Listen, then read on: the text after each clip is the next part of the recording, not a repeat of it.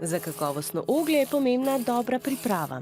Kakovostnejši, ko je les, boljše oglje. Najboljši les za oglje je hrast, bukev, gaber za te palčke za risanje, je pa leska. Oglarji les kuhajo v kopi, debelejša polena so v sredini kope, proti zunanjosti pa drobnejša.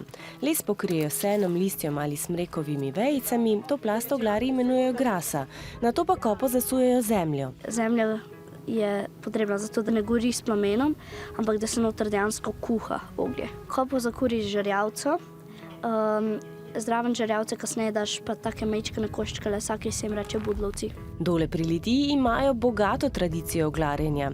Na oglarski domačiji Brinovec je Nežina družina že 4. generacija, ki se ukvarja s tem. Kopo pripravlja 1 mesec, nato pa se oglje kuha 14 dni. Na leto naredimo kop približno 3 do 4. Moja vloga v družini je špricam kopo z vodo, jo hladim, ko se podira kopo, ko se štora, pa sem gasilka in pazim, da se oglje ne vžge. Pomaga tudi, kadar domačije obiščejo skupine, veliko je tudi osnovnošolcev.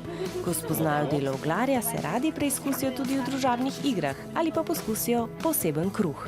Kruh je zaradi tega črn, ker se da notri oglje v prahu. Oglje pa je dobro za črevesje, za prebavo. Ena zanimivost je pa ta, da se oglje uporablja tudi za umivanje zob, tako da bi se nekako umazanija se zbrusi dol nekako na ta način, ker so kristalčki. Jaz nisem prepričana, če bom kuhala kope, po vsej verjetnosti jih bo moj brat, ki bo najbrž ostal na tej kmetiji, ker je najstarejši. Bom pa ziher še pekla na žaru na našem oglju, ja.